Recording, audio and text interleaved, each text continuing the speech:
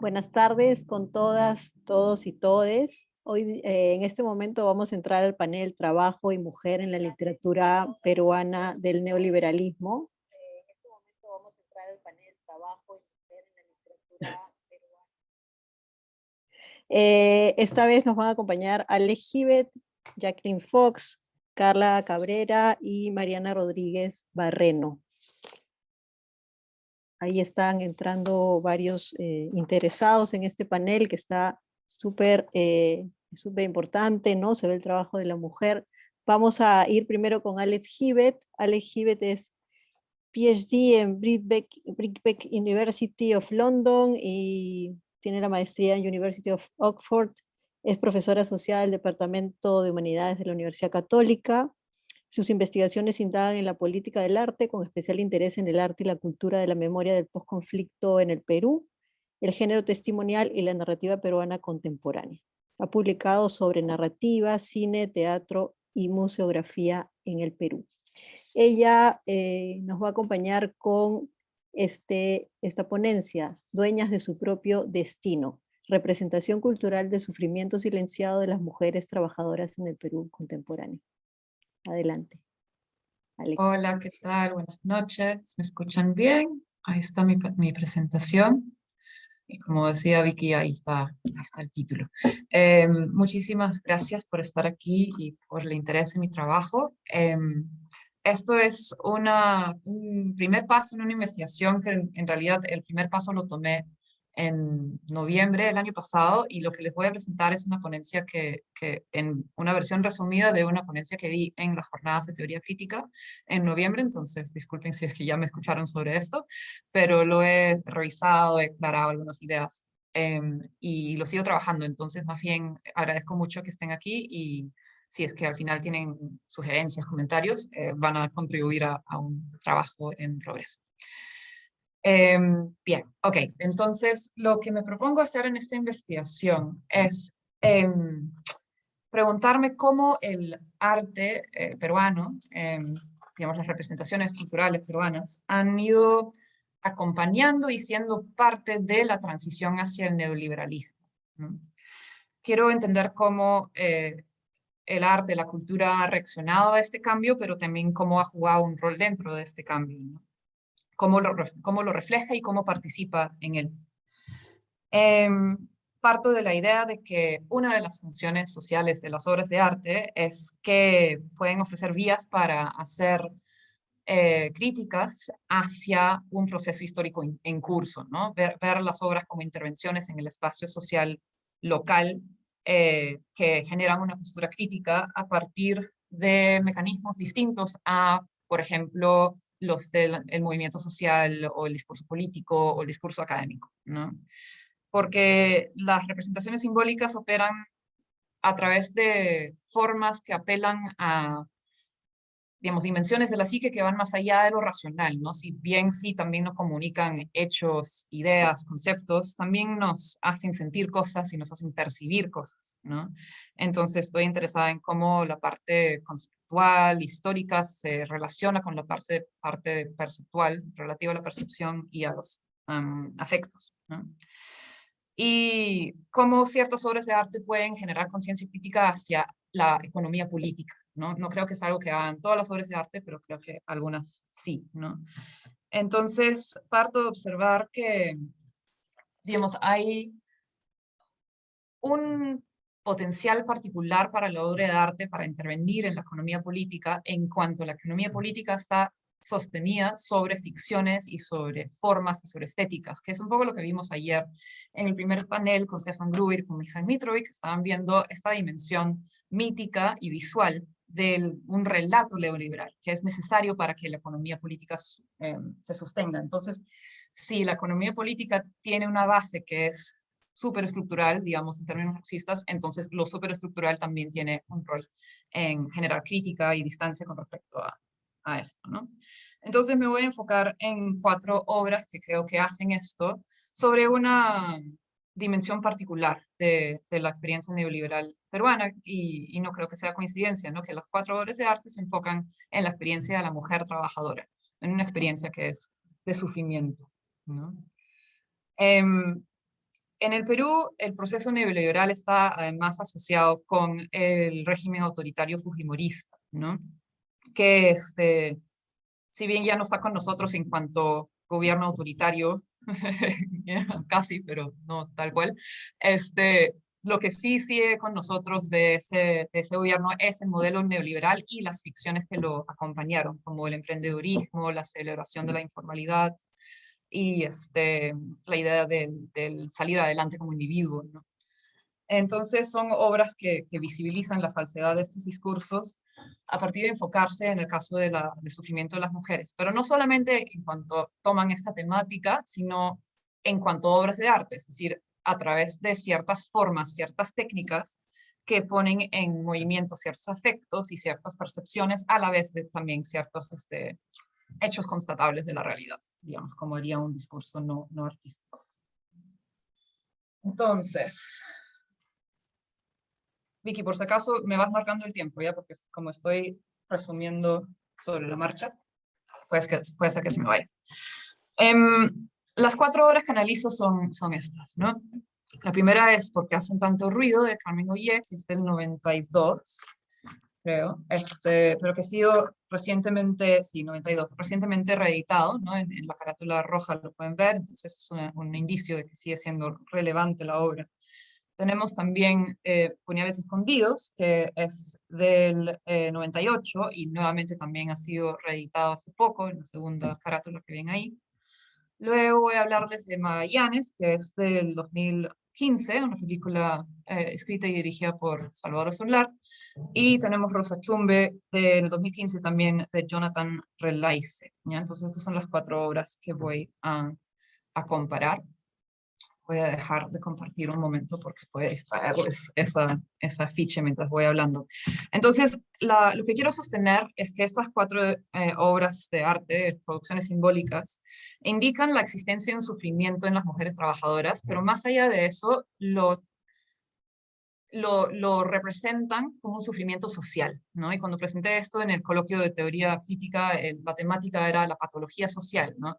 Cómo hay ciertas patologías, enfermedades, malestares que no son o no deben ser considerados como individuales, sino como sociales, una sociedad enferma, una sociedad que enferma a los individuos, ¿no? Entonces creo que esto es lo que hacen las obras, ¿no? O sea, muestran que el sufrimiento de sus personajes femeninos son parte de una patología social, es decir, consecuencia de la economía política que es el neoliberalismo, ¿no? Entonces, dejan claro que existe una desconexión entre la razón neoliberal y el sufrimiento que padecen las mujeres trabajadoras, y llevan a sus audiencias de distintas maneras a enfrentarse de una manera crítica a esta economía política, ¿no? Esto es particularmente interesante en el caso peruano porque en el gobierno de Fujimori se presentaba como a favor de los derechos de las mujeres. Y de hecho, la cita que he puesto en mi título no es una cita de las novelas, sino que es una cita de un eslogan que repetía el gobierno de Fujimori, ¿no? Que las mujeres serían con su gobierno dueñas de su propio destino. Entonces, dueñas, justamente, o la noción de cada uno tiene su propio destino y su propia autorrealización personal. O sea, hay un vínculo entre la lógica del mercado neoliberal y una idea de liberación de la mujer, ¿no? Que esto obviamente no estuvo claro en un primer momento, ¿no? O sea, en un primer momento sí parecía quizá para algunos que Fujimori efectivamente estaba dando pasos a favor de los derechos de las mujeres y quizá lo hizo en ciertos sentidos. He leído la literatura sociológica al respecto, que indica básicamente que sí tuvo ciertos beneficios para la mujer burguesa, pero en cuanto, digamos, el género mujer a lo grande, considerando las clases menos favorecidas de la sociedad, más bien el efecto fue lo contrario, porque se deshicieron muchos mecanismos colectivos de sobrevivencia, apoyo y solidaridad que fueron diezmadas por la intervención del gobierno fujimorista, además, obviamente, del programa de esterilizaciones forzadas que afectó a muchísimas mujeres, ¿no? Entonces, lo que está en juego es en qué medida el neoliberalismo puede ser una vía para la emancipación de la mujer o para la lucha feminista, o en qué medida más bien una lucha feminista debe ser antineoliberal, ¿no es cierto? Es un poco lo que está en juego acá, y creo que las obras indican lo segundo, ¿no es cierto? Que el feminismo debe ir de la mano de una crítica al neoliberalismo. Bien. Ok, entonces vuelvo a compartir.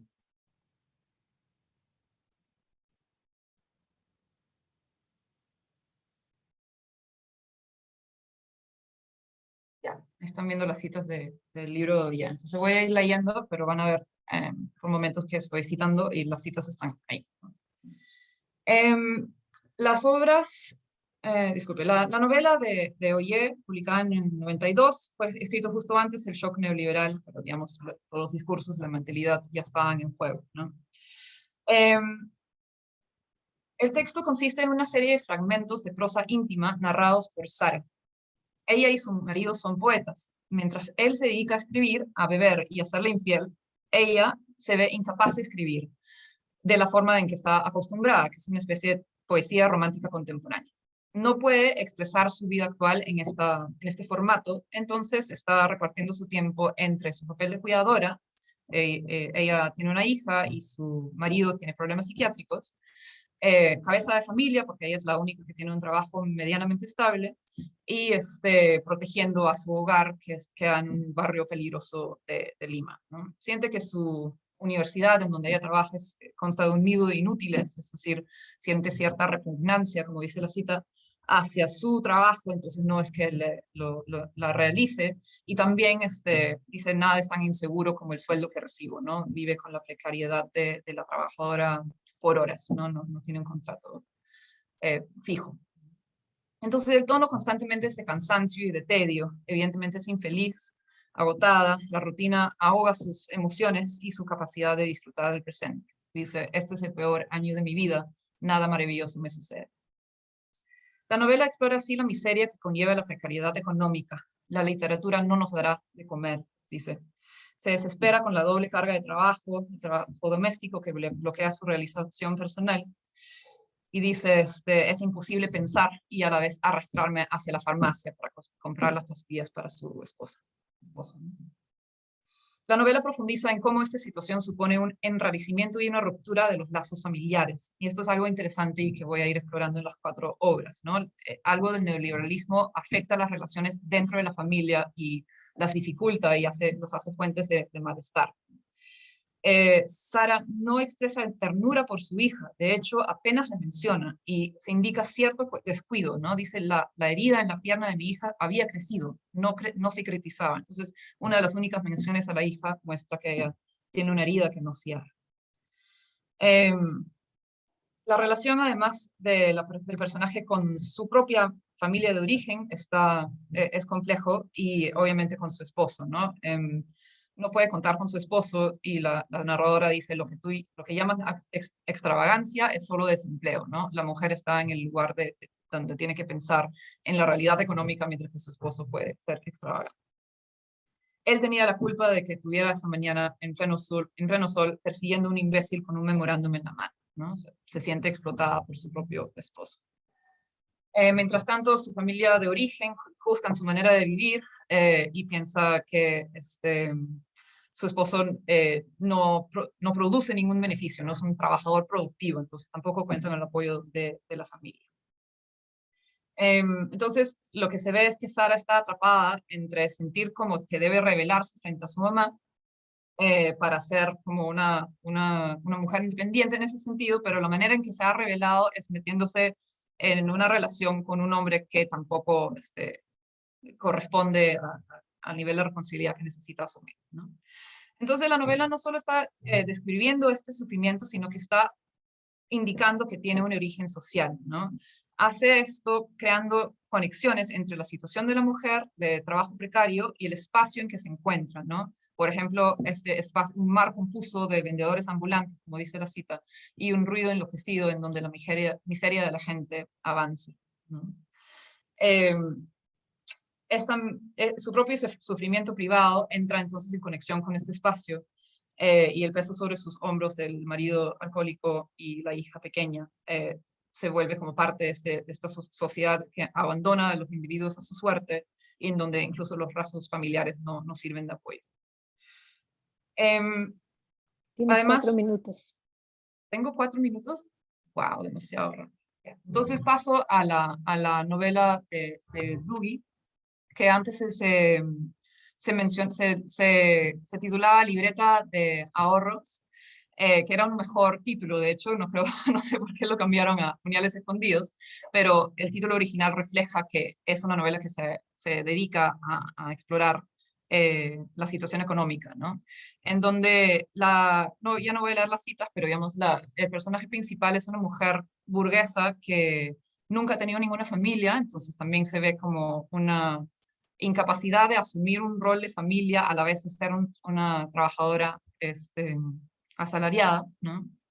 Además, ella en la novela va trazando cómo ella se siente alienada de la sociedad porque toda la sociedad está tomada por una falsedad, ¿no? Las palabras son siempre falsas, lejanas, eh, las palabras siempre son como impostadas, ¿no? Es imposible para ella actuar de una manera honesta o pensar siquiera de una manera honesta. Es un personaje que se conoce muy poco a sí misma y vive como una especie de zombie, de sonámbula, ¿no? Sin embargo, se mete en un momento en un grupo de lectura de literatura japonesa y eso le permite despertar hasta cierto punto de su sueño, de su estado de adormecimiento de trabajadora alienada, ¿no? Este, y el profesor del grupo de lectura en donde ella está dice esto en un momento, dice, la atmósfera de la novela es bastante real. El ambiente que se describe a través de la vida de los personajes de la novela, ¿no? Uehara y Naori, pero hay que leer el personaje de esta novela, es ilustrativo del Japón de posguerra, y tenemos que leer el Perú de posconflicto, ¿no es cierto? También de las disoluciones de los jóvenes, la reconstrucción de un país que ha quedado destruido, de la desazón, de la pérdida de esperanzas, del cambio social, en fin, tiene que pensar en qué les entrega la novela globalmente, ¿no? Entonces, esto es evidentemente un guiño metatextual hacia que el lector de Puñales Escondidos tiene que hacerse esas preguntas sobre Puñales Escondidos, ¿no es cierto? Entonces es una novela que nos pregunta qué estamos haciendo como país y qué está pasando socialmente, ¿no? Entonces, en la novela de Dewey tenemos eso, un retrato realista que hace que nosotros nos demos cuenta de que todos estamos como sonámbulos aquí. Y lo que vemos en el personaje es que ella también tiene, todos los lazos familiares están siendo interrumpidos como efecto de la alienación que ella sufre en el trabajo, ¿no? Ya, me apuro para terminar. En Magallanes tenemos un personaje secundario, en realidad, que es Celina, ¿no? Que es retratada como trabajadora informal, vende productos en un esquema piramidal, ¿no es cierto? Y la película crea una empatía con ella y la empodera como personaje. Y vemos claramente que ella está sufriendo en su vida día a día gracias a la precariedad laboral, y también se ve cómo este sufrimiento corresponde con una vida familiar muy complicada, ¿no? Donde ella ha sido violada durante la violencia política y ha tenido un hijo, y el hijo tiene alguna discapacidad. Entonces ella está muy complicada en su rol de madre también, ¿no? Y se nota que le cuesta mucho cumplir con ese trabajo de cuidado, pese a que claramente ama a su hijo, ¿no? Y la película muestra cómo ella, pese a esto, rechaza una lógica de la caridad y de la reducción de las relaciones a la, al dinero, ¿no? Cuando tratan al final de compensarle con una donación de dinero, ella lo rechaza con muchísima indignación en esta escena donde ella habla en quechua y que humilla a todos los presentes y al público, porque nosotros, los limeños, tampoco entendemos lo que ella está diciendo, ¿no? Ya, ok, tengo que terminar, pero un ratito, Ro. En Rosa Chumbe también tenemos una personaje mujer que trabaja y nuevamente vemos cómo este sufrimiento del trabajo alienado va acompañado de un sufrimiento íntimo con respecto a su propia familia, ¿no? Rosa Chumbe otra vez es como una sonámbula, no tiene afectos, no piensa, todo está muy apagado, ¿no es cierto? La relación con su hija, que también trabaja, es sumamente conflictiva, incluso llegan a golpes en un momento. El único placer de esta señora es consumir las industrias culturales, digamos, la cultura televisiva neoliberal, pero ahí encuentra algo, ¿no es cierto? Una especie de misticismo New Age que la sostiene un poco, y de hecho toda la película está atravesada de estas pequeñas imágenes y referencias a lo espiritual, trascendental, religioso que la reconfortan, ¿no? Sin embargo, ella, digamos, no despierta hasta que ocurre una tragedia hacia el final de la película, que, bueno, disculpen por malograrla, para los que no lo han visto, que es que su nieto termina siendo la víctima inocente del sufrimiento y la apatía de ella, porque sin querer lo sofoca en una noche, ¿no? Cuando están durmiendo, se duerme encima de él y el niño amanece muerto, ¿no? Y lleva al niño en una bolsa, en una escena muy fuerte, ¿no? A la procesión del Señor de los Milagros, y como un milagro el niño despierta, ¿no? En una escena que es absolutamente brutal, ¿no? Y lo último que pasa en la película es eso, despertó el niño. Y entonces había sido una película absolutamente realista hasta ese momento, pero al final tiene este salto fantástico que conmueve de una manera brutal, ¿no? Entonces pongo la película también para mostrar cómo un salto hacia lo fantástico de esa manera también tiene un impacto de crítica social brutal, porque no hay momento como más emotivo que eso, porque nos damos cuenta de lo terrible que es nuestra realidad, porque esos milagros no suceden, ¿no es cierto? Hay algo del salto milagroso que conmueve más, incluso que el realismo, ¿no? Entonces ya, disculpen por correr, pero son como 4 ejemplos que tienen mucho en común y también muestran distintas maneras en que el arte puede generar esta conciencia crítica. Gracias, Alex. Bueno, vayan preparando sus preguntas para Alex. Seguimos con Jacqueline Fox. Jacqueline Fox es estudiante del doctorado de la Universidad Nacional Mayor de San Marcos, doctorado de literatura, profesora ordinaria en la Facultad de Ciencias y Artes de la Comunicación de la Universidad Católica y es investigadora externa de la Facultad de Literatura y Cultura Europea de la Universidad de Groningen, en Holanda. Además es autora de los libros Mecanismos de Posverdad, bueno, uno de sus libros, creo yo, que tiene ya 2 ediciones. Y ella nos va a leer su investigación que se titula Ausencia de futuro, el poder del capital y la selva del mercado en la narrativa de Dugui, Guerrero y Benavides. Adelante, Jackie. Muchas gracias. ¿Me escuchan bien?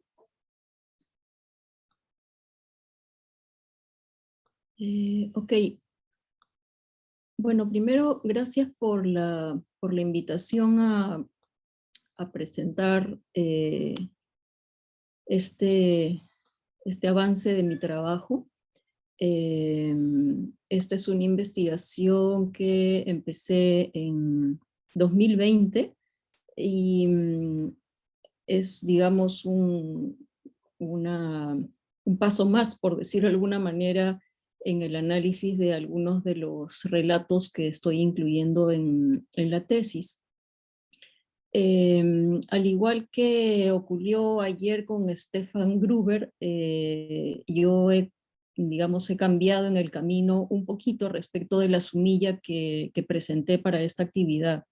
Yo había ofrecido analizar algunos relatos de Pilar Dugui, Victoria Guerrero y Miluska Benavides, pero pensé que podría ser interesante también añadir por lo menos un par más de autores que también, digamos que también retratan, que también representan momentos de la instalación del neoliberalismo en el Perú, y entonces voy a insertar algunas menciones a Carlos Villacorta y a Alonso Cueto. Entonces, los textos de los cuales los textos a los cuales mencionaré son estos que ustedes están viendo allí. Voy a leer algunas partes. En las novelas cortas Puñales Escondidos, de Pilar Dugui, 1998, Un golpe de dados, Victoria Guerrero, 2015, y en el cuento Las ceremonias, del libro La casa espiritual de Miluska Benavides, 2015, la representación del neoliberalismo como régimen abarca las dimensiones de los personajes o individuos como sujetos laborales, las transformaciones o daños al espacio público como parte del cambio de orden o cambio del régimen, ¿no? Desde ayer nos estamos refiriendo al neoliberalismo como un orden o un régimen global.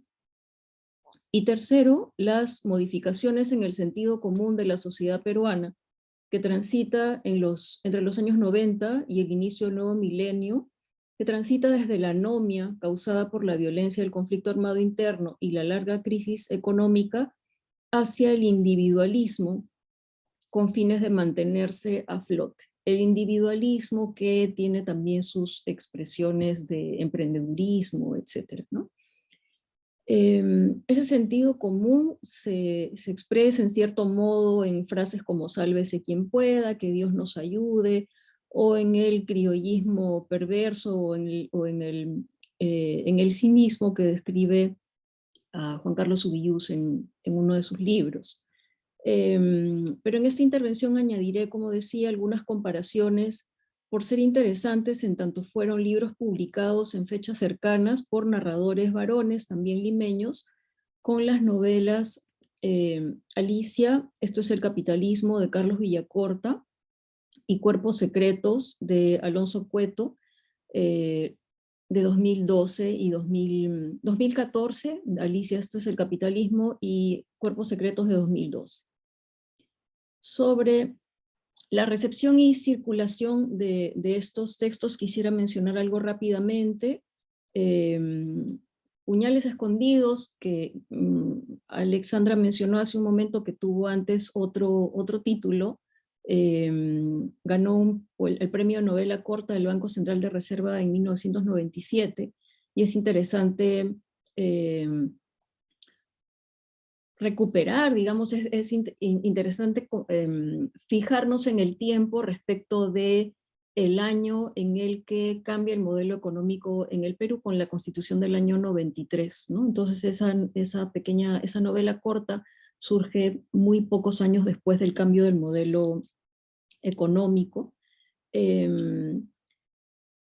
y fue reeditada en 2017. La novela cambió de nombre por una sugerencia de Marco Martos. En alguna entrevista que ha dado Marco Martos, él cuenta la circunstancia en la que sugiere el cambio del título de la novela, y el título en realidad sí tiene que ver con la historia, ¿no? Libreta de ahorros es un buen término para lo que ocurre para el centro, digamos, para un eje de la historia, pero Puñales escondidos también.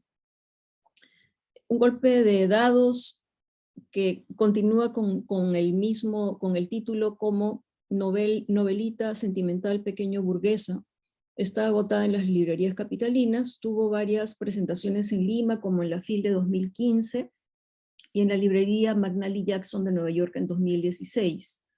Respecto del cuento Las ceremonias, que apareció en 2015 en el libro La casa espiritual de Miluska Benavides, fue luego publicado en 2020 en una antología de narrativa peruana joven en el primer año de la pandemia, en edición digital, y tiene una segunda edición de 2021 en la nueva edición de La Casa Espiritual en 2021, cuando Miluska Benavides fue incluida en la lista de mejores narradores menores de 35 años en español por la revista británica Granta. Alicia, Esto es el capitalismo, fue editada en 2014 por Intermezzo Tropical, el sello editorial de la poeta Victoria Guerrero.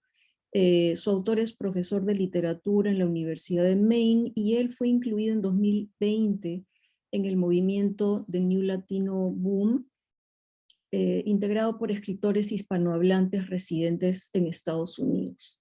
Al igual que la novela de Victoria Guerrero, Alicia, Esto es el capitalismo, puede considerarse una Bildungsroman o novela de un joven o joven durante su periodo de formación.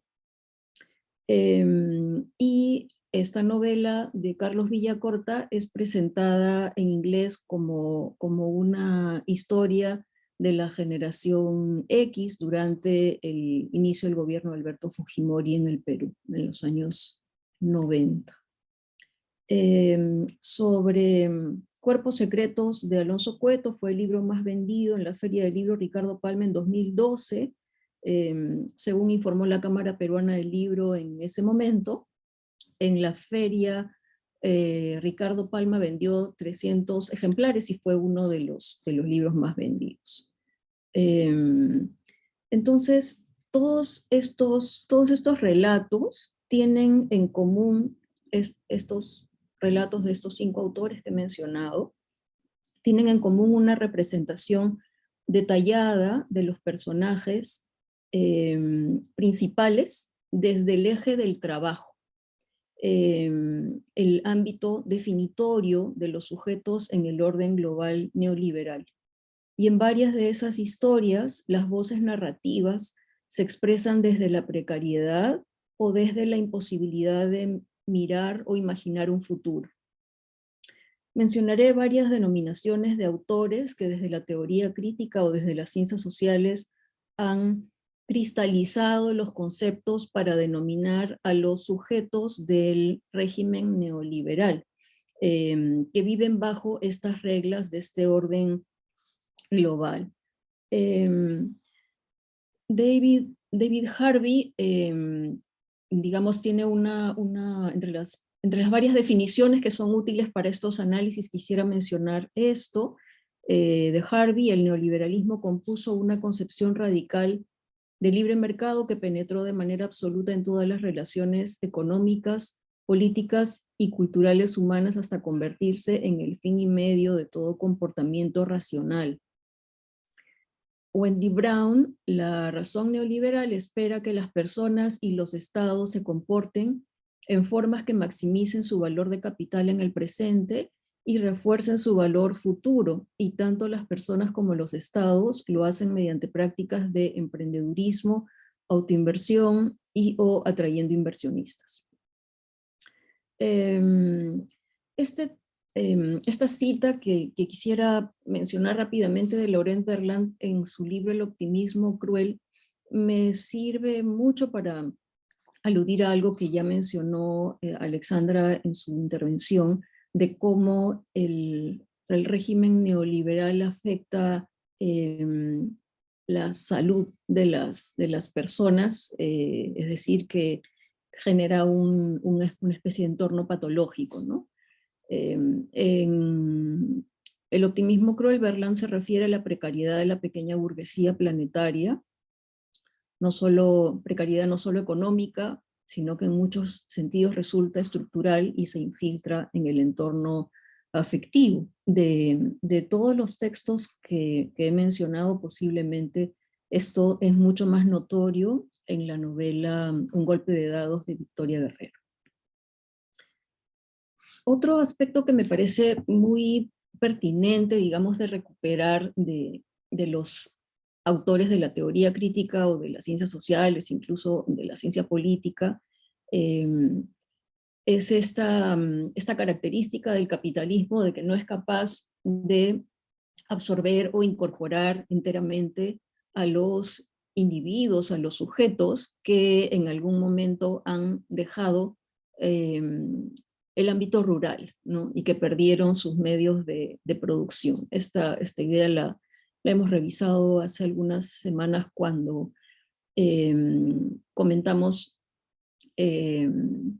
digamos, previo a una conferencia que iba a dar Erika Beckman hace algunas semanas, estuvimos discutiendo algunos de los textos de ella, y ella recupera varios autores de diferentes orígenes acerca de estos diversos modos de leer a los sujetos del neoliberalismo, ¿no? Entonces, por ejemplo, ella cita a Kurz de 2008, que alude a sujetos monetarios sin dinero, sin promesas de desarrollo, en un régimen en el que hasta el cuerpo se vuelve mercancía. También cita el concepto de José Nun de masa marginal, es decir, de estas personas que no pueden ser incorporadas al mercado laboral. Y otros dos autores, Davis de 2006, que se refiere a un planeta de asentamientos humanos o de chabolas, y Denning en 2010, que se refiere a las vidas sin salario. Entonces, siguiendo esta idea, quisiera leer un fragmento de la novela de Carlos Villacorta, en la que los personajes principales son dos jóvenes, muy jóvenes, de clase media baja o baja, que viven solos, que se buscan la vida, y que tienen trabajos excesivamente precarizados, ¿no? Van cambiando, además, la personaje femenina cambia en algún momento de trabajo, y el peor trabajo que tiene es de maquillar a personas muertas y que viven en asentamientos humanos. Entonces, el varón con el que ella trabaja le dice: ¿por qué haces este trabajo? ¿Por qué lo haces tú? Porque estoy harta de todo. Bueno, yo no estoy harto, alguna vez lo estuve, pero no se puede estar todo el tiempo molesto con el mundo o con uno mismo. Eso al final no lleva a nada. Entonces, este trabajo no es mejor ni peor que ningún otro. Es solo lo que hay que hacer, porque nadie más lo hace. Eso es todo. A alguna gente le puede parecer horrible, a otros simplemente les da igual. Acá lo importante es recordar que uno no es todo lo que hace. ¿Acaso no somos lo que hacemos? Aquí a nadie le gusta lo que hace. Por eso somos un pueblo infeliz, sumido en la miseria. Y si es verdad lo que dices, pues es aún peor, pues eso es lo que somos, ¿no? Esto es aludiendo a un trabajo en Lima, ¿no? Y, a ver, tengo un problema porque no me deja avanzar. 3 minutos ya aquí. 3. Regalo 1, 4. Ya, espérame que no puedo salir de donde estoy para avanzar. Bueno, voy a avanzar a pesar de que no puedo. Y aquí deja de compartir y vuelve a hacerlo y se va a arreglar. Es que no hace caso a mi teclado, eso es lo que está ocurriendo. Ok. Parece que se ha colgado mi máquina, lo cual es un gran desperfecto. Pero bueno, lo que tenía en las siguientes diapositivas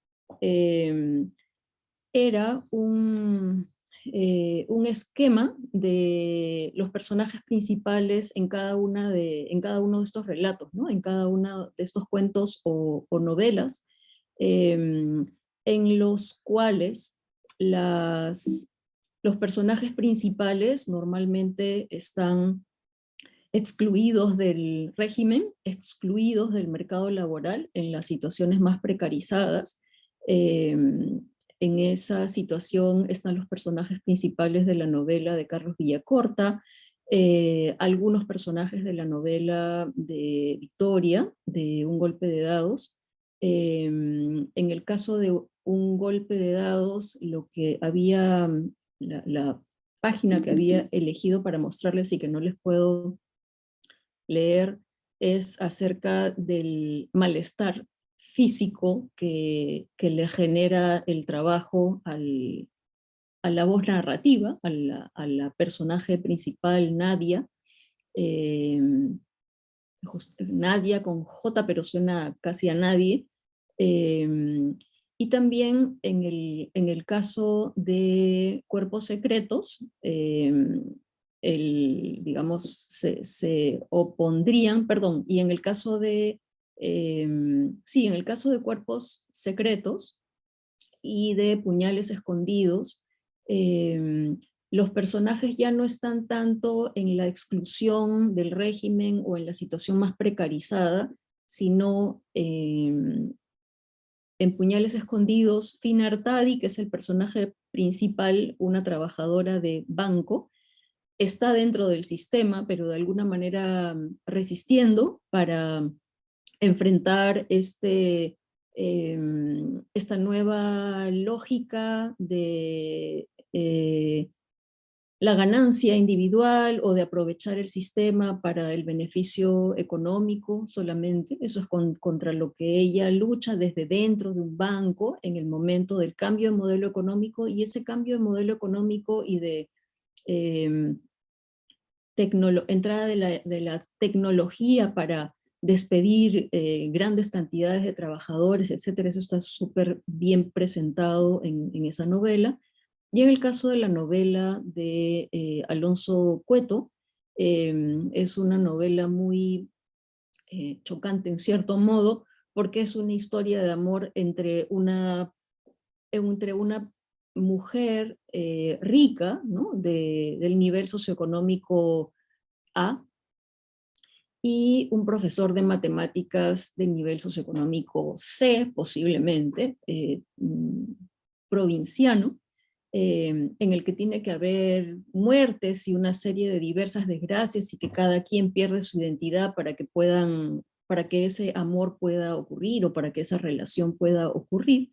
Y en la página que había elegido para leerles, que no les puedo mostrar, pero sí les puedo leer, es una en la que un personaje secundario, Vanessa, quien había sido la primera enamorada de Renzo, el profesor de matemáticas, que no es de la misma clase social que la empresaria textil, que tiene casa en Asia, en Playa Blanca, me parece.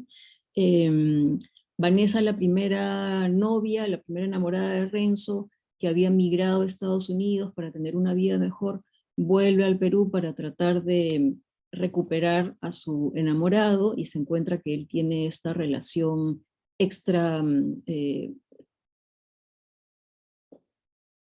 extramatrimonial, digamos, ¿no? Porque, perdón, ella, la mujer de clase social alta, está casada y entonces no es una relación tranquila. Y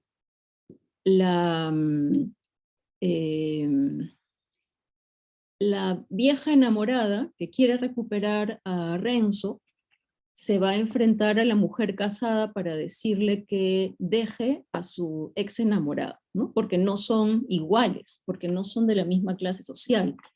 Y en las palabras de Vanessa, cuando se enfrenta a Lourdes de Chong, a la empresaria textil, esposa de un hombre rico que contrata con el Estado, etc., ahí le explica por qué no son iguales, ¿no? Y por qué lo tiene que dejar. Y una de las partes más interesantes de todo ese texto, en el que Vanessa le reclama por qué no debe andar con alguien que no es de su misma, que no es su igual, ella hace alusión a cómo hay un manejo del tiempo y del espacio diferente entre quienes tienen dinero y quienes están integrados en el régimen neoliberal y los que no. Entonces, le dice a ella que ella puede, voy a leerles. Vanessa le dice a Lourdes de Chong que ella, Lourdes de Chong, es de las que se levantan por las mañanas y se suben a su carro y llegan rápido al lugar que quieren, las que van a cualquier tienda y se compran ropa y pueden escoger qué ponerse todos los días, las que pueden comer siempre lo que les da la gana donde quieran, las que desprecian o compadecen a todos los que no pueden hacer eso, las que dicen que nos entienden y que nos defienden y que sienten pena por nosotros, eso cuando se acuerdan.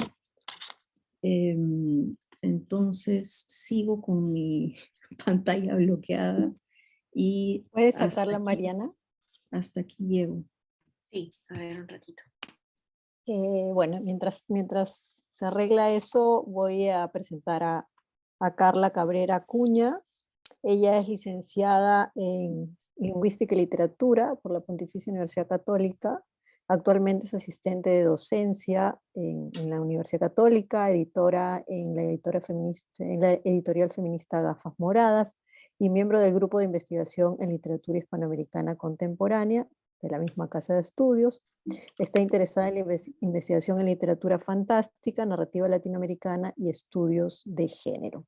Obtuvo la beca Fundación BBVA en el 2019 y el premio de apoyo a la investigación 2021, otorgado también por la Universidad Católica. Allí está su ponencia. Bienvenida, Carla. Muchas gracias, Vicky. Muchas gracias a todos los presentes. Entonces, yo voy a hablar de cuentos desde el exilio de Mariela Sala. Ahí está el título de mi presentación. Desde el exilio es una colección de cuentos de Mariela Sala que retrata un abanico de mujeres, sus mundos interiores y sus enfrentamientos con la sociedad donde se desenvuelven. Son de mediados de los 80, pero retratan situaciones perfectamente reconocibles en la actualidad. En este estudio me enfoco en analizar 4 cuentos y en ellos cómo se representan las mujeres trabajadoras en el contexto neoliberal. En Microbús y Día de Salida estudio el trabajo femenino remunerado y en La Mujer Invisible y Desde el Exilio el trabajo femenino no remunerado. La mujer como ama de casa y madre. Sostengo que en ambas situaciones se revela que el trabajo femenino es necesario, pero las mujeres no son apreciadas como personas distinguibles. Esto hace que su posición social y laboral sea precaria porque necesitan medios para subsistir, pero para mantener su trabajo tienen que soportar distintos abusos, además de sacrificar su propia singularidad. Así, en el trabajo remunerado, el cuerpo femenino se percibe como una pieza reemplazable del sistema, mientras que en el trabajo no remunerado se hace invisible, se mimetiza con la casa que habita. Mi análisis se dividirá en dos partes según esas dos situaciones. Se guiará principalmente por los conceptos teóricos de la inmanencia de Simone de Beauvoir y la pluralidad y la acción humana de Hannah Arendt. Entonces, el contexto neoliberal, según Foucault, comprende tecnologías biopolíticas que buscan regular la vida de las personas a beneficio. Para lograrlo, precisa normalizarla, lo que implica sobrellevar una vida estandarizada. Esta homogenización genera una fuerza laboral inagotable e intercambiable, incertidumbre por la inseguridad laboral y consecuente dificultad para organizar la vida. Además, se opone a lo que Hannah Arendt llama la pluralidad, la noción de igualdad y distinción, de que todos somos lo mismo, es decir, humanos, y por tanto nadie es igual a cualquier otro que haya vivido, viva o vivirá. Porque parte de ser un humano es ser capaz de acción, iniciar algo nuevo, único. La pluralidad humana es condición básica de la acción que permite que una persona se distinga y muestre quién es. La homogenización de sujetos niega la acción y la pluralidad y los obliga a hacer una repetición vacía, una simple pieza. Por eso las mujeres de los cuentos están exiliadas de sí mismas. Se les niega su propio ser y se las empuja a hacerse invisibles. Ahora, la mujer trabajadora se desenvuelve en un mundo definido desde lo masculino que la oprime. Así se enfrenta a una doble carga laboral, salarios más bajos, alta frecuencia de informalidad laboral, desvalorización social, segregación ocupacional, entre otros. Esta doble precariedad es la que captura Sal. En sus cuentos, al negárseles la acción, las mujeres solo pueden terminar en la frustración, el encierro o la muerte en vida, señala Westphalen. El rol asignado a la mujer es la inmanencia, que la condena a una naturaleza estereotipada, la hace más objeto que sujeto, y, como explica de Beauvoir, no es una vocación más de lo que la esclavitud sería una vocación del esclavo.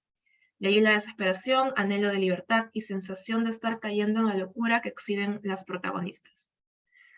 En primer lugar, analizaré la representación de la mujer en el trabajo remunerado. Las protagonistas del Microbús y Día de Salida son una oficinista y una empleada doméstica respectivamente. En ambos casos, el ambiente de trabajo es opresivo y su situación laboral precaria. Un retraso de 15 minutos o un arranque de la señora de la casa pueden hacerles perder el empleo. No cuentan con protección laboral y son vistas como fácilmente reemplazables. La suerte de las protagonistas está atada a sus trabajos. El Microbús se concentra en el viaje en autobús de la protagonista hacia el trabajo y revela la violencia en la cotidianidad y la cotidianidad de la violencia. Lo primero que nos muestra es el acoso sexual que sufren las mujeres en el transporte público, aunque protesten o solo se alejen. Nadie hace nada y no hay nada que hacer.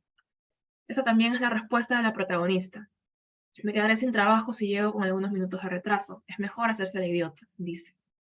No puede actuar sin poner en peligro su trabajo, es decir, su subsistencia y la de su hija. El estado de precariedad del sujeto trabajador en el contexto neoliberal actúa como un fenómeno disciplinario y promueve la autoexplotación que impide la disposición libre del propio tiempo. La protagonista no se puede permitir 15 minutos ni rebelarse a los abusos, la necesidad la disciplina y además la obliga a conformarse con el sistema. Y es consciente de ser parte de una marea humana sin rasgos de individualidad. La gente entra y sale con la cabeza gacha, sube y baja hormigas gigantes. Esto la hace sentirse asfixiada y anhelar momentos de soledad. Solo en estos deja de sentir que todo la aplasta y puede apreciar el mundo a su alrededor. Hasta que al fin llegó al paradero, entonces escucho trinar a los gorriones, crean una música disonante y hermosa, disfruto del aire, de una ráfaga de soledad. Cuando está en el opresivo microbús de la vida estandarizada, su mente refleja su intenso deseo de libertad. Piensa en pueblos serranos, en playas desérticas, en una pobreza más limpia. Está en un ambiente que la sofoca, pero no puede dejarlo. Su subsistencia depende de su resistencia. A pesar de reconocer su situación y cómo debe comportarse, cuando ve que le están robando a una mujer en el bus, se cuestiona. ¿Me quedaré callada? Todos lo hacen. No existe una visión comunitaria, cuidar del otro no es una prioridad. Siendo la libertad individual un valor central en el neoliberalismo, no es sorprendente. Sin embargo, la protagonista no puede contenerlo. Advierte a la señora. Inmediatamente se asusta por haberse atrevido a diferenciarse del resto, porque sabe que no hay espacio para la acción humana, y recibe una mirada hostil de la señora. Su intento de buena acción fue una desviación de la norma y es castigada con hostilidad. Se resigna entonces. Un auxiliar se aproxima precipitadamente, sin querer me empuja, se disculpa, no importa. Me zambulliré de por vida en este microbús. Seguirá en la vida de empujones, acoso y hormigas gigantes. Está condenada a las repeticiones. La historia del día de salida está focalizada en Teresa, una empleada que deberá compartir el reducido espacio para el servicio doméstico con la nueva empleada Elvira y su bebé. Entonces, el ambiente de trabajo aquí es una casa, un espacio familiar que se percibe más seguro que estar en la ciudad, luchando en el mercado de trabajo frío e impersonal. Sin embargo, ellas se encuentran en la misma situación de precariedad laboral. Teresa no tenía otro lugar para quedarse y al no saber cocinar ni hablar bien, percibía difícil el ser recontratada. Elvira había huido con su hija de un esposo alcohólico y violento. Estas mujeres tienen verdadera necesidad del empleo, pero sus patrones no las necesitan particularmente. Pueden contratar a cualquier otra mujer dispuesta a trabajar. Ellas están en completa desventaja. Ante esta situación, Westphalen señala que Teresa y Elvira están obligadas a construir solidaridades marginales y un territorio propio en terreno ajeno. Ambas se apoyan y esperan permanecer allí. Al vivir juntas y reconocerse en situaciones similares, son capaces de sentir compasión y empatía por la otra. Ellas se distinguen entre sí. Sin embargo, para la patrona, una empleada es un sujeto inferior, intercambiable, una chola cualquiera. Lo expresa así cuando las despide después de ser gritada por su esposo por no llevar adecuadamente la casa y repetir el círculo de abuso con sus empleadas, recriminándoles por su día de salida, autorizado por ella misma. Despedidas se encuentran en el mismo desamparo. Solo el desconcierto en la mirada de ambas hizo que se reconocieran como iguales. Al verse desempleadas, sienten miedo, no saben qué van a hacer con sus vidas en una situación que no podían prevenir. Sin embargo, al mismo tiempo tienen conciencia de que es la manera en la que funcionan. Se van en silencio y ni siquiera reclaman el sueldo. La resignación es la única respuesta, al igual que en el cuento anterior. No hay espacio para la protesta. Tampoco hay espacio para la vulnerabilidad o el cuidado. Teresa sabe que al llegar con su familia, le iban a poner mala cara en casa de su prima, donde llegaría nuevamente sin dinero a estorbar a la familia. Conseguir dinero es la prioridad. Vemos así que la precarización en el contexto neoliberal abarca una combinación de inseguridad laboral y además existencial. En segundo lugar, analizaré la representación de la mujer en el trabajo no remunerado. Las protagonistas de La Mujer Invisible y Desde el Exilio realizan trabajo doméstico. Son ama de casa y madre, respectivamente. Sin embargo, no reciben salario alguno. Silvia Federici explica el sentido de tener un salario. No trabajas porque te guste o porque te venga dado de un modo natural, sino porque es la única condición bajo la que se te permite vivir. Entonces es indispensable reconocer la estrategia de manipulación. Madres y amas de casa realizan sus servicios en nombre del amor.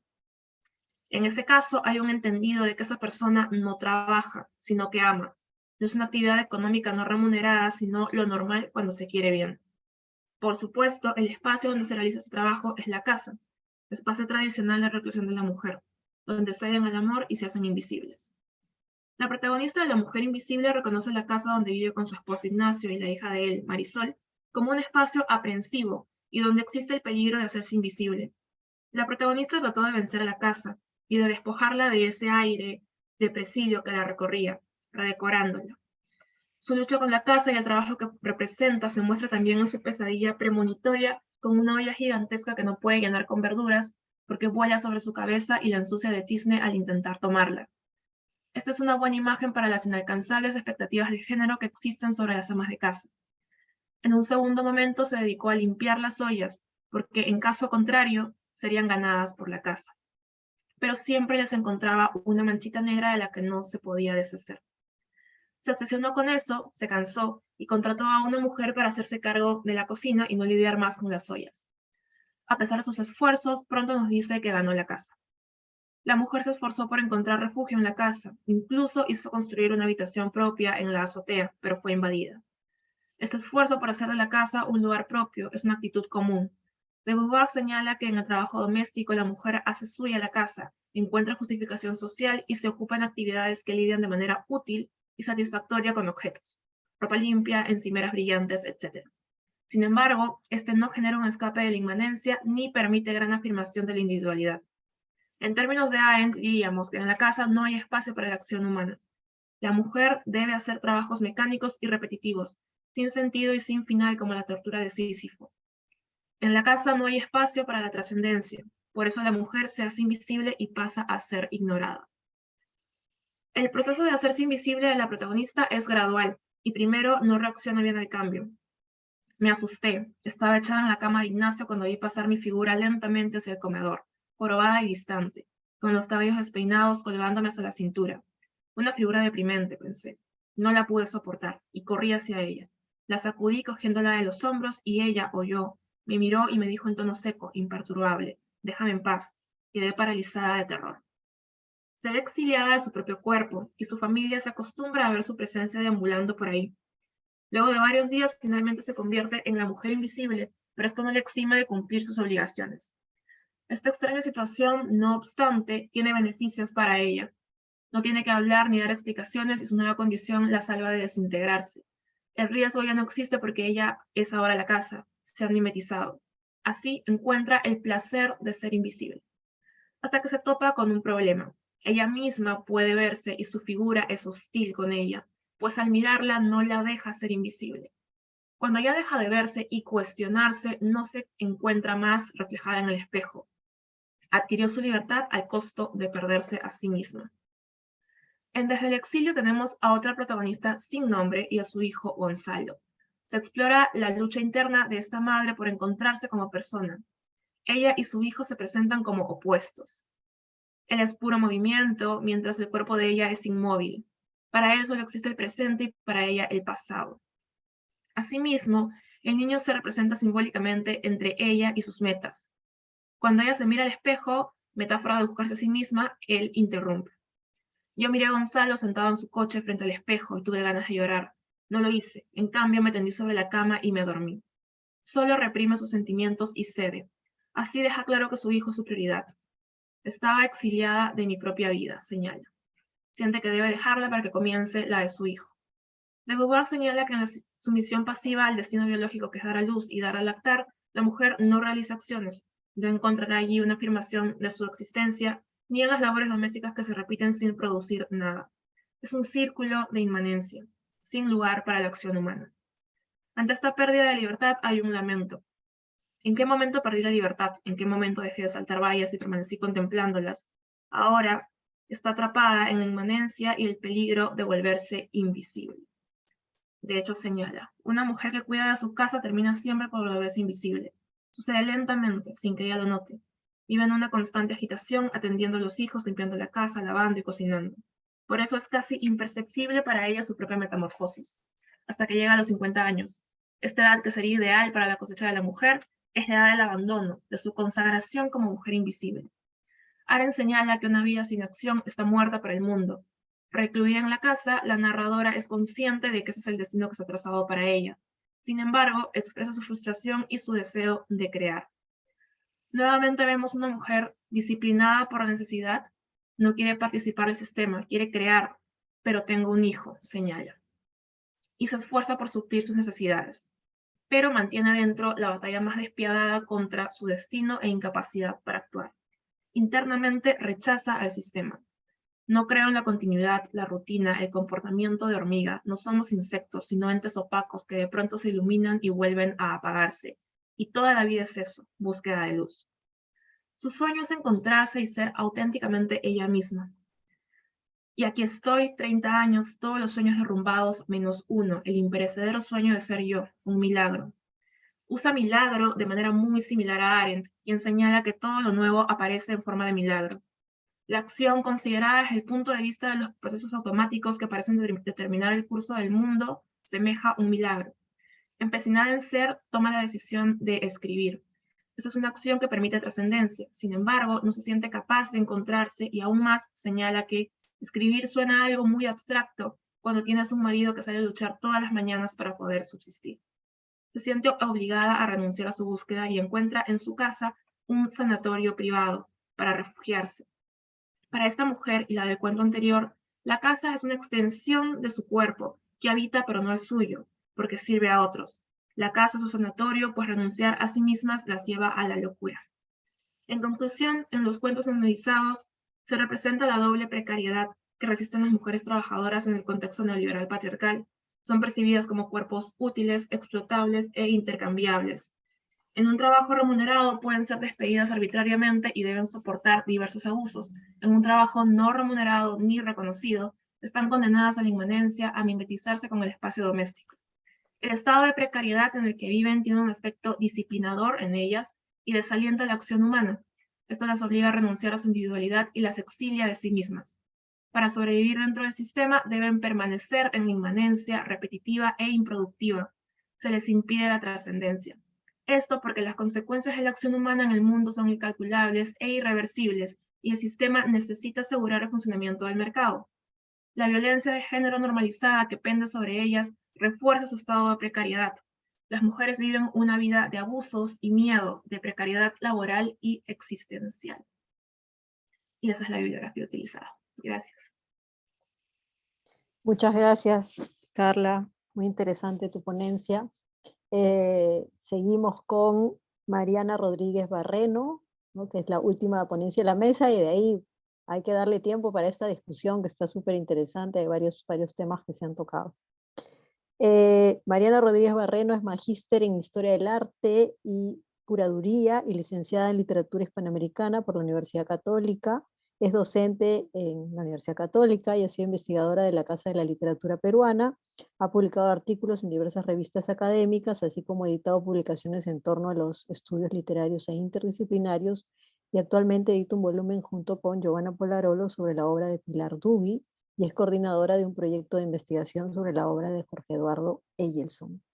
Es también miembro del Grupo de Investigación en Literatura Hispanoamericana Contemporánea. Bienvenida, Mariana. Mariana va a hacer una ponencia, pero las costureras somos para siempre, trabajo e identidad femenina en Diario de una costurera proletaria. De Victoria Guerrero Peirán. Gracias, Vicky, por la introducción. Gracias también a Alex y a Cecilia por la invitación a participar.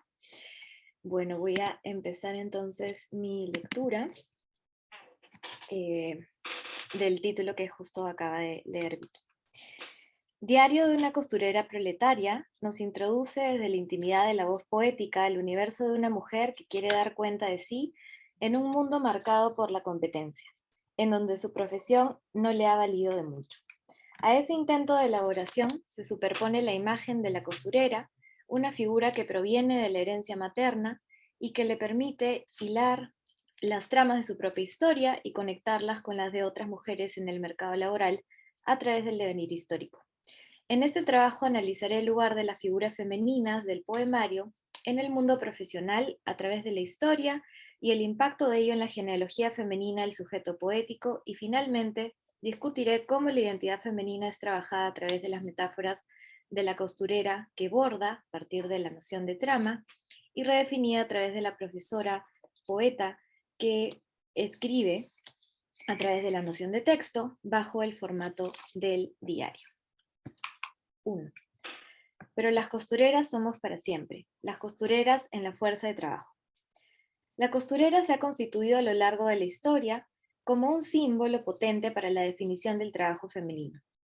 A través de esta pueden encontrarse las claves de su inserción en el mundo laboral, las razones que han inventado para permanecer en él y la forma en que han combatido su hostilidad. El poemario nos sitúa directamente en esta imagen desde el título. Compuesto por 3 secciones, la última edición, por Máquina Purísima, del 2021, nos trae una primera parte en donde se construye la voz de una profesora universitaria que se encuentra con que no sabe coser ni bordar, pues se ha dedicado a coleccionar grados académicos. La segunda parte toma las voces de diversas costureras a través de la historia para expresar las condiciones en las que trabajan y sobreviven. Y la tercera conecta con la voz de las tejedoras peruanas que expresan su malestar en un mundo que ha vulnerado sus cuerpos. A cada sección la precede una ilustración que está vinculada con el universo textil. Como vemos, el personaje de la costurera es el que atraviesa las 3 estancias del poemario desde distintas posiciones y tiempos históricos. Por ello, el punto de partida de este trabajo nos remite a pensar en su construcción simbólica. Es importante entenderla en las tradiciones histórica y literaria y luego analizar por qué retorna en el poemario de Victoria Guerrero. ¿Qué saberes porta consigo dicha imagen y qué tiene que decir una figura como tal en un mundo neoliberal como el de hoy, en un sector en particular, el de la educación universitaria? Si se piensa en las mujeres y su sostenido desarrollo en el mercado laboral, es a mediados del siglo XIX, cuando empiezan a sentirse los efectos de la primera gran revolución industrial y se produce el cambio monumental del trabajo manual al trabajo manufacturado, cuando las mujeres y niños consiguen un nicho laboral en la empresa textil, cuyo desarrollo fue exponencial. Me permito una breve digresión a la Inglaterra victoriana. Al asimilarse a la clase trabajadora, the working class, y volverse proletarias, las mujeres se convirtieron en objeto importante de representación social y de producción literaria. En un principio, como establece Alexander, la inserción de la costurera proletaria no suscitó mucha empatía con el público lector, debido a que era considerada una mujer fría que abandonaba su hogar para explotarse en la fábrica, atentando contra el canon tradicional del ángel del hogar. En contraposición, la imagen de una mujer que se quedaba en casa, cuidando de sus hijos y atendiendo las labores domésticas, al mismo tiempo que realizaba trabajos de costura, fue privilegiada por los autores de ambos géneros y también por los lectores. Puntualmente, Alexander señala, la costura estaba ligada con imágenes de economía doméstica, con roles femeninos tradicionales de esposa y madre, con el hogar más que con la fábrica. 2 ejemplos paradigmáticos de lo anterior se condensan en la famosa novela de Charles Dickens, Little Dorrit, y su contrapunto en el personaje de Fantine de Los Miserables, ¿no? Brevemente, Little Dorrit es una costurera que se dedica a hacer estas labores para una patrona de una clase aristocrática, y que, digamos, conserva su virtud precisamente porque trabaja en una casa, mientras que Fantine es una trabajadora textil que es despojada, despedida de este trabajo por haber tenido una hija fuera del matrimonio, ¿no? Bien, a mediados del siglo XIX, la imagen de la costurera estaba ya tan diseminada en la literatura inglesa que los tipos eran muy diversos y representaban infinitas complejidades, incluida también la costurera proletaria, quien resaltaba por las dificultades que atravesaba en el campo laboral. Es de esa manera que se convierte en un símbolo dominante de las clases trabajadoras, especialmente para las mujeres. El oficio y los regímenes de producción eran tan salvajes y alienados que las mujeres pagaban el costo con el deterioro de sus cuerpos. Usualmente la costura hasta elevadas horas de la noche implicaba dolores de espalda, enfermedades respiratorias en invierno y ceguera o ampollas en los casos más severos. Vayamos ahora a América Latina, en el mismo siglo, ¿no? El reciente estudio de Gabriela Mitidieri, del 2022, nos provee de una amplia perspectiva sociohistórica y de género para abordar la situación en esta región. De acuerdo con la autora, la costura nos permite divisar la delgada línea entre el trabajo y el ocio, según la clase social de la mujer en América Latina. Según Mitidieri, cito, la costura es un ejemplo que nos permite analizar las fronteras muy fluidas pero complejas que separaban el ocio del trabajo, el trabajo reproductivo de las actividades productivas y las formas ocasionales de ganarse la vida con mano de obra calificada a tiempo completo. Fin de cita. En ese sentido, la autora se concentra en la administración de las escuelas locales por parte de la Sociedad de Beneficencia Buenos Aires, establecida en 1823 y dedicada a la formación de mujeres de clase media y baja, en donde la costura jugó un rol importante. En suma, según Mitidieri, señala que el mismo acto de bordar podía ser una herramienta para las mujeres trabajadoras o una virtud femenina y una tarea diaria para las jóvenes de las clases elitistas. El caso peruano sigue un desarrollo similar y con esto cierro esta primera sección. Ahí está. La costura es desarrollada en las élites y en las clases medias como un pasatiempo, pero también legalmente es la primera forma de trabajo socialmente permitida a la mujer a finales del siglo XIX. Sin embargo, para muchas mujeres peruanas, esta fue considerada un penoso oficio de puerta cerrada, según indica Pacheco. Aquí nos remitimos a la situación de aquellas mujeres de clase media alta que cayeron en desgracia a causa de los estragos de la Guerra del Pacífico, de entre 1879 y el 84, dejando a muchas viudas o huérfanas quienes encontraban en la costura su único amparo frente a la prostitución, tal y como en el caso de sus congéneres europeas. Entrado el siglo XX, junto con la proletarización de la clase media en los años 60, las mujeres pasaron a ocupar puestos en la industria textil, de igual manera como costureras, lo que les permitió mayor independencia económica. Aunque tuvieron también mayor estabilidad, ello no las liberó de las tareas domésticas que solían interrumpir sus jornadas laborales y por ende reducir sus salarios. Veamos ahora las implicancias de esto en el poemario. Número 2. Yo me llené de diplomas y no sé bordar. El poema inaugural del diario de una costurera proletaria nos centra en una mujer que quiere abandonar el mundo académico para ensayar las labores de una costurera. Dice lo siguiente: dejo la palabra, la olvido, ensarto hilos rojos, negros, fucsias, verdes. El personaje evidencia los cambios transcurridos en el mercado laboral para las mujeres. En esta primera sección se nos sitúa ante la conjunción de dos imágenes, la de la profesora y la de la costurera, o propiamente la de la profesora que quiere ser costurera. Sin embargo, esa voz no se expresa libre de un malestar que interpela directamente al mercado académico, como vemos en los siguientes versos. Harta ya de los concursos públicos para plazas docentes, empecé a bordar cada prenda de mi ropero, arreglé mis títulos doctorales y los guardé junto a la estantería de los libros, para que no se sintieran menos. Se ve a foja cero. De ahí en adelante, la voz poética no cesa en su hartazgo frente a ese mercado. Dejé de lado las bellas artes y las altas letras. Al fin comprendí que me eran inalcanzables, dice el segundo poema.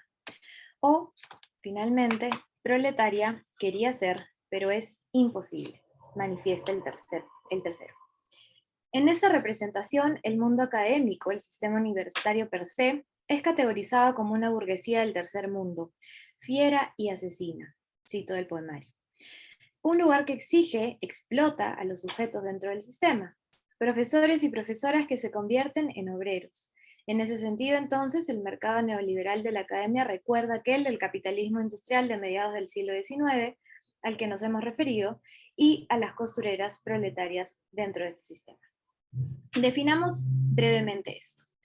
Gisela Canepa y Leonor Lamas sostienen que tras el giro neoliberal de los años 90, en el Perú se construye una narrativa nacional que celebra el emprendimiento y al ciudadano emprendedor. Explícitamente el éxito de dicho discurso podría verse en instancias de comunicación y consumo, pero también, cito, en la mercantilización de la educación superior o en la oferta y desarrollo de programas, cursos y talleres de formación dedicados ya sea al perfeccionamiento profesional, al entrenamiento en las llamadas capacidades blandas o a las disciplinas de autoconocimiento y cuidado de sí mismo. Dicha narrativa implica que el sujeto se construye a partir de valores que mercantilizan absolutamente todo, es decir, la demanda de las habilidades, la cantidad de artículos indexados, los porcentajes en encuestas y los certificados requeridos para los concursos públicos para plazas docentes. Asimismo, señalan Canepa y Lamas la descentralización desde el Estado hacia los individuos de la capacidad y la responsabilidad para conducirse a sí mismos de manera productiva y eficiente, fin de cita, deja en las manos de estos el perfeccionamiento de sus vidas en todo sentido, especialmente en el ámbito profesional.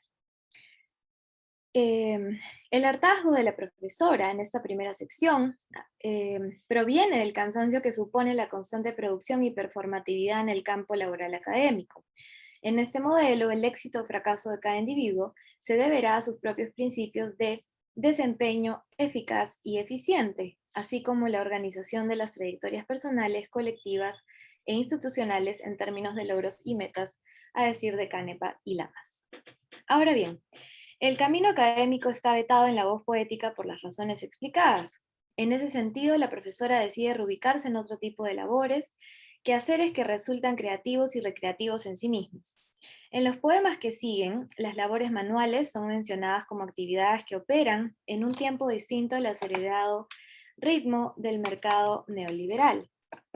En Mantel aparece la figura de la madre que confecciona un mantel a crochet, cuyo resultado se opone a la producción en serie de la industria textil.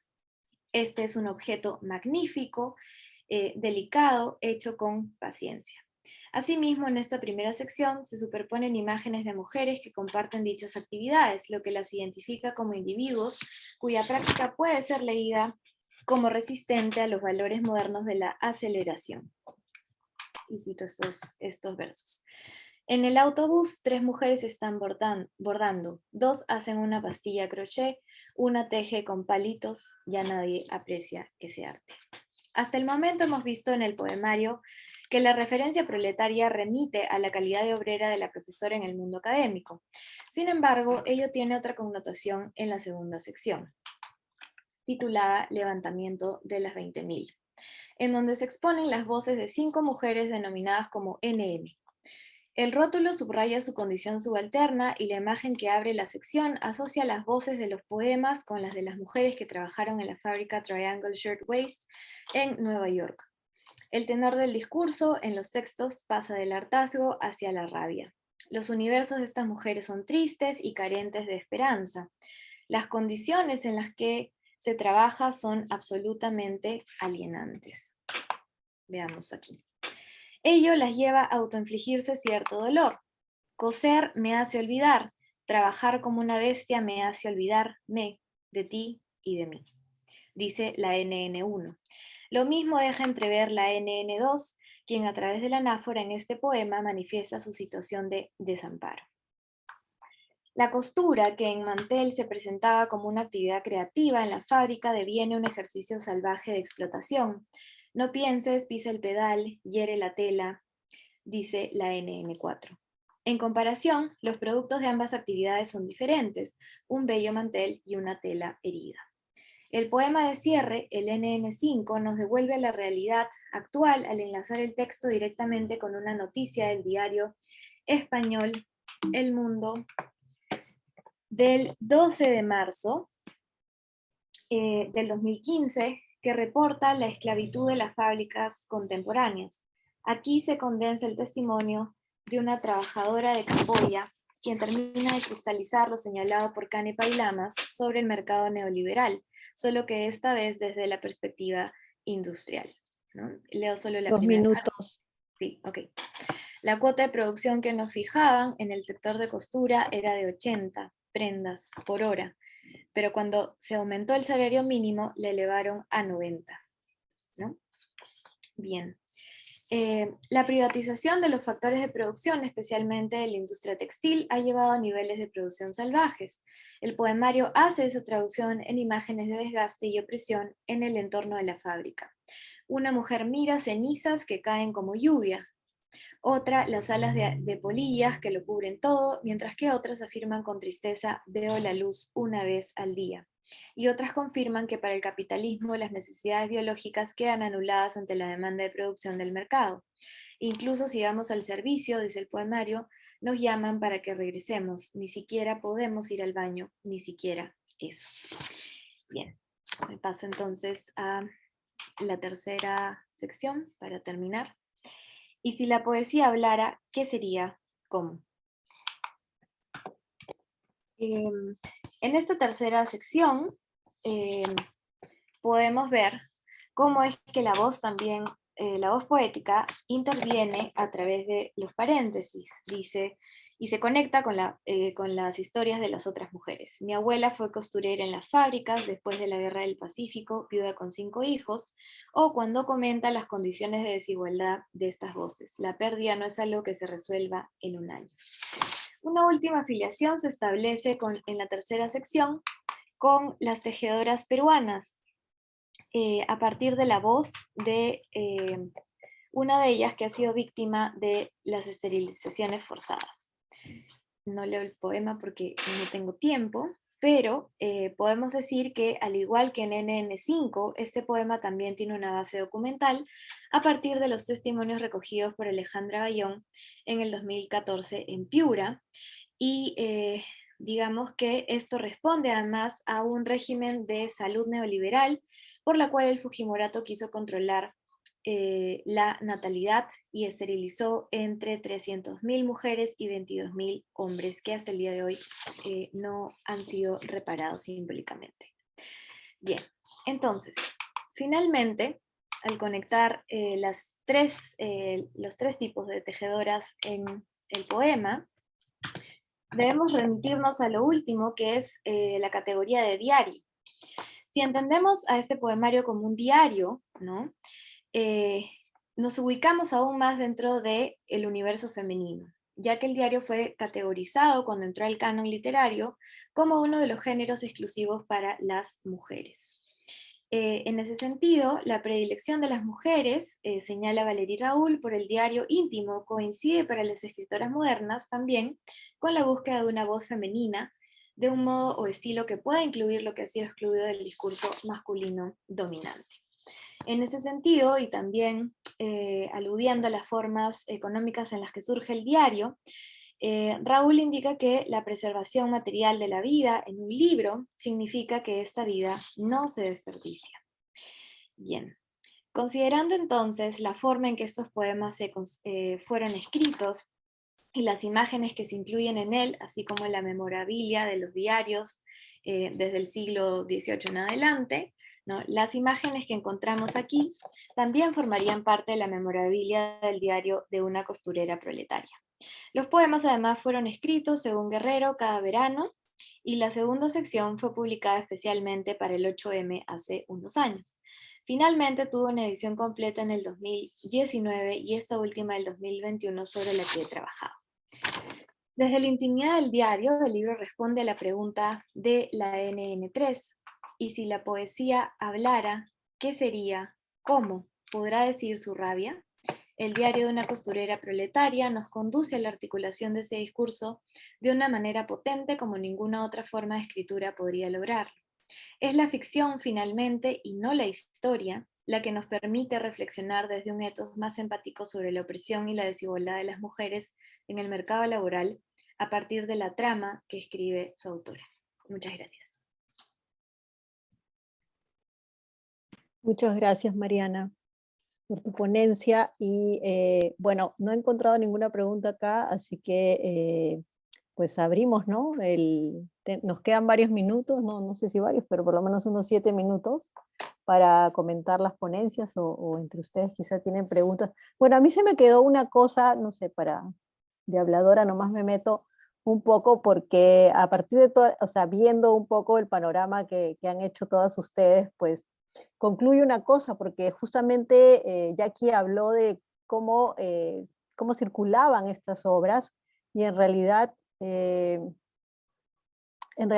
me doy cuenta que casi todas las obras a las cuales ustedes han hecho referencia, sobre todo las escritas por mujeres, están en editoriales independientes. Entonces, ¿cuál es su circulación, ¿no? O sea, ¿cuál es la logística que utilizan las mujeres? Y muchas de ellas también son reediciones, como también marcó Alexandra, y también en la obra de Mariela Sala también es una reedición de editorial independiente, que está buscando justamente poner otra vez sobre el tapete, claro, en la medida de ese alcance que puede tener la editorial independiente, la escritura de estas mujeres, ¿no? Un poco rescatando lo que escribió tanto Carmen Ollé como Mariela Sala, ¿no? Y luego las posteriores ediciones que se han mencionado acá también, ¿no? Salvo las películas, que Magallanes es la que debe haber tenido más dinero, seguramente. Luego, y quizá Cueto, digo, también es un escritor. Otra vez, ¿no? Se condice un poco esta precariedad a la cual las escritoras una y otra vez están aludiendo, sea en sus ficciones, sea en sus autoficciones, ¿no? Como en el caso de Carmen, por ejemplo. No sé si alguien quiere comentar eso, o si tienen otra cosa para la discusión, lo dejo abierto.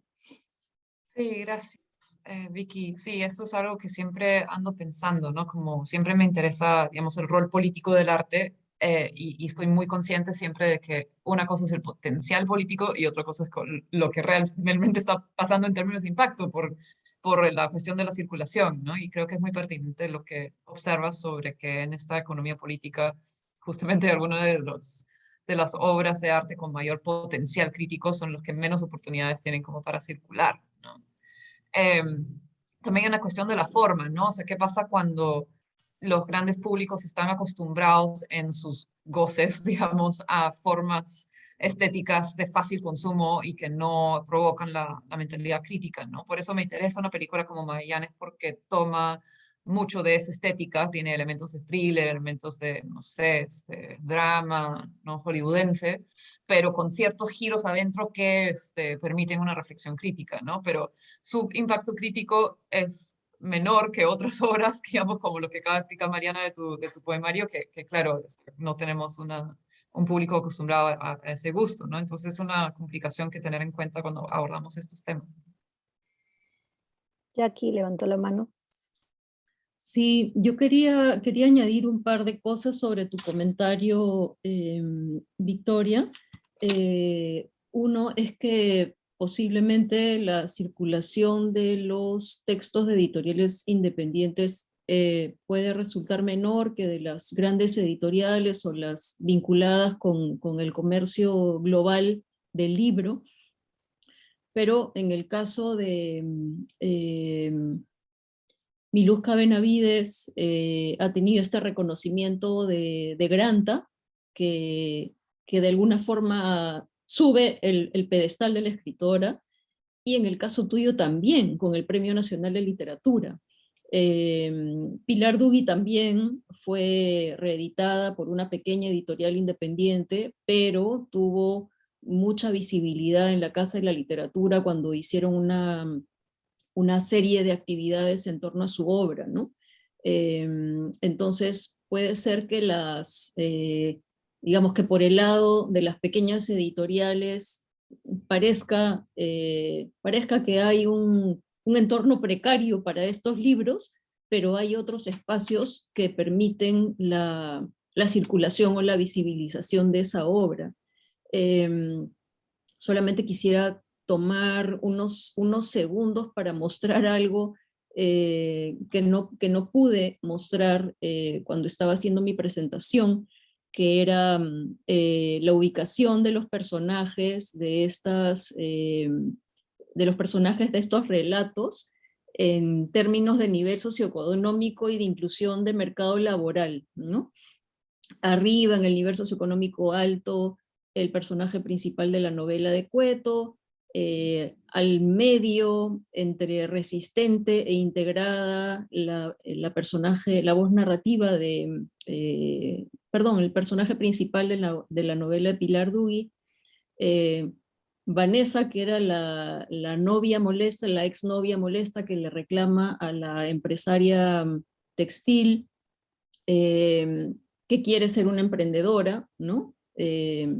Y luego, en el lado izquierdo, los personajes no necesariamente incluidos en el orden o excluidas, Nadia de Un golpe de dados, una mujer sin nombre, una dependiente de librería del cuento de Miluska Benavides, y Alicia en Alicia, esto es el capitalismo.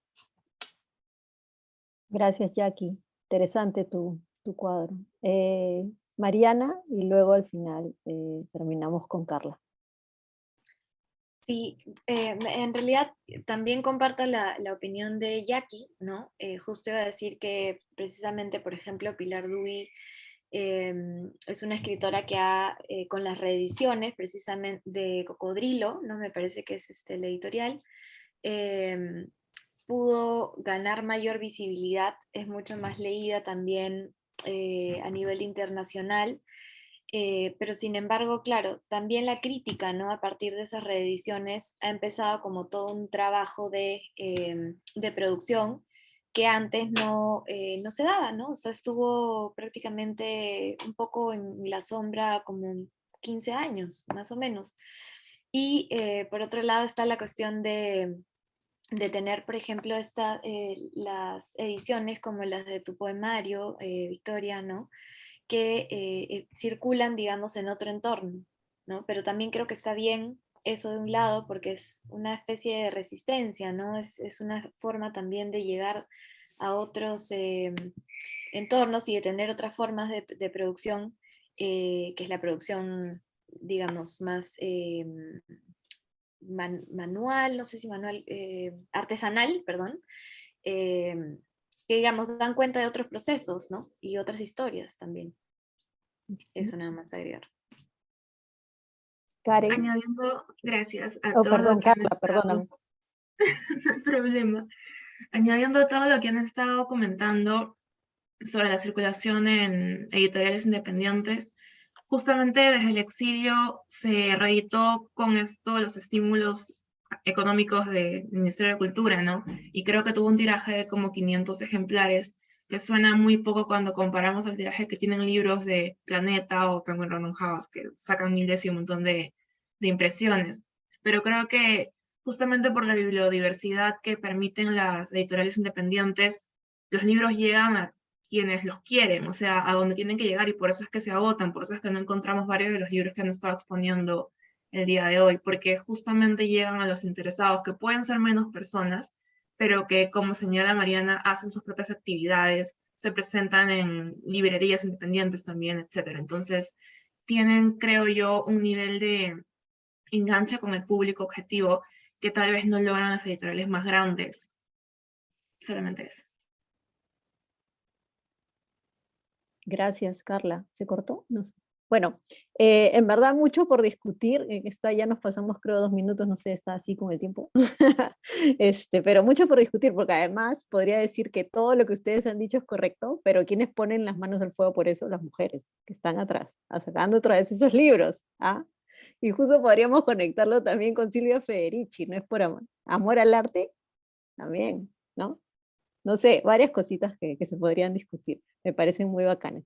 Pero bueno, el tiempo así es cruel. Bueno, acá solamente leo que les dicen gracias a Alessandra en el chat, y luego una chica Natalia, estuvo muy interesante, se permite conocer otras autoras, ¿no? Sobre todo desde la perspectiva del papel de la mujer en la sociedad, ¿no? Bien, entonces creo que cerramos, ¿no? Mariana, y nos damos como 1 minuto para la siguiente mesa. Así es, nos damos un par de minutitos para empezar con el recital. Gracias por acompañarnos. Seguimos en unos segundos. Gracias. Gracias. Muchas Gracias. gracias.